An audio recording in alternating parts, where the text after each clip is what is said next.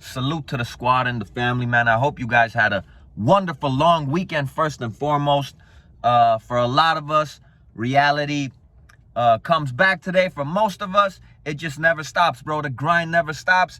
But enough of that, man. Let's get into the topic of discussion, man. Edgar Berlanga, we know he has that showdown coming up with Canelo Alvarez, 14th of September.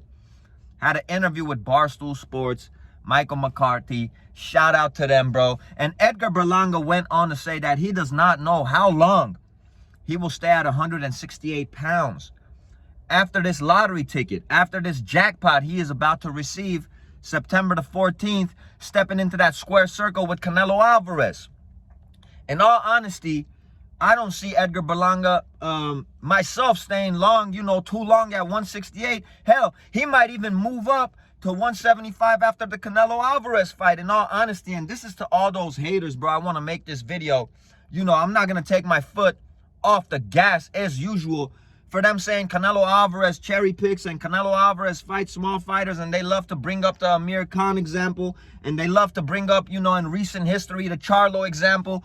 But, this goes to show that Canelo Alvarez, most of his career, only fought giants, bro. Canelo Alvarez is not the biggest super middleweight. And this dude, he just has stepped into the ring with monsters, point blank, period, bro.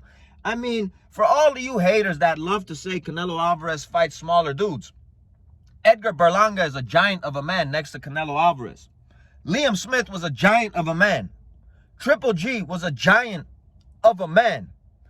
Kovalev was a giant of a man. Bivol was a giant of a man. And the list goes on and on and on. Not to mention, man, Billy Joe Saunders was not a small dude. Caleb Plant, we all know he's not a small dude. Daniel Jacobs. I mean, for all of you haters, bro, look at Canelo Alvarez's fights. Most of his fights, the dudes that he's fighting against, and quite honestly, they look like giants against this man, bro. Giants. The man has the best resume in boxing. I sound like a broken record. The man arguably has the best chin in boxing, maybe the best chin ever in the sport of boxing. Not to mention, he stepped into the ring with the best of the best. Light heavyweights like Kovalev and Bivol, power punchers like Triple G, boxers like Billy Joe and Caleb Plant. He's done it all, man. Legends like Cotto and Mayweather.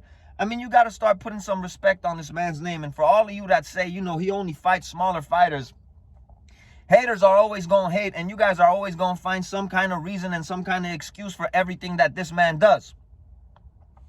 Edgar Berlanga saying that in a recent interview, like I said, with Barstool Sports, just goes to show most of these dudes are giants, bro.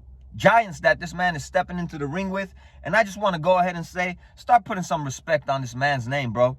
Stop respecting these dudes when they retire, man, and it's all said and done. Appreciate greatness when it's in front of us. Shout out to all my real ones, man. I'm going to catch you guys on the next video.